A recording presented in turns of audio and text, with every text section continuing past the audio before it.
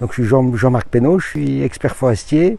J'ai 58 ans, je travaille en forêt depuis 38 ans. Et mon métier, c'est de gérer les forêts pour le compte d'autrui. En France, il n'y a personne qui vide sa forêt, donc ils font appel à des gens comme nous pour s'occuper de leur patrimoine forestier.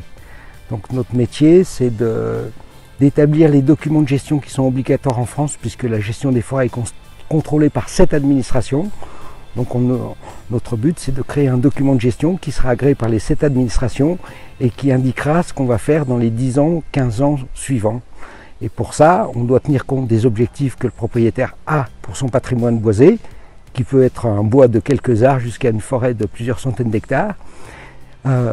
Il a 3 fonctions en général: le bois, produire des arbres, aménagement cynégétique pour y chasser, loisir agrément qui recouvre le plaisir d'aller se promener en forêt, le but de garder des très beaux arbres, des arbres témoins, des arbres qui ont une histoire, des terrains qu'on peut mettre en valeur pour s'y promener ou pour y transmettre des choses aux générations futures.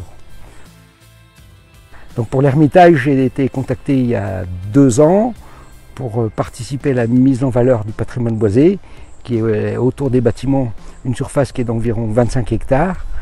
L'historique, c'est qu'il y avait déjà des parties prenantes qui étaient là depuis plusieurs dizaines d'années, un centre équestre, des chasseurs, les promeneurs du village ou des villages alentours. Donc on a fallu prendre contact avec eux, voir ce qu'ils attendaient ou ce qu'ils faisaient jusqu'à maintenant, déterminer les objectifs avec l'association, la SIIC et tous les nouveaux partenaires de l'Hermitage.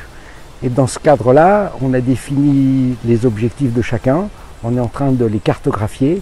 Et après les avoir cartographiés, on définira les zones où chacun peut se promener et mettre en valeur le bois ou profiter du bois en fonction de ses objectifs.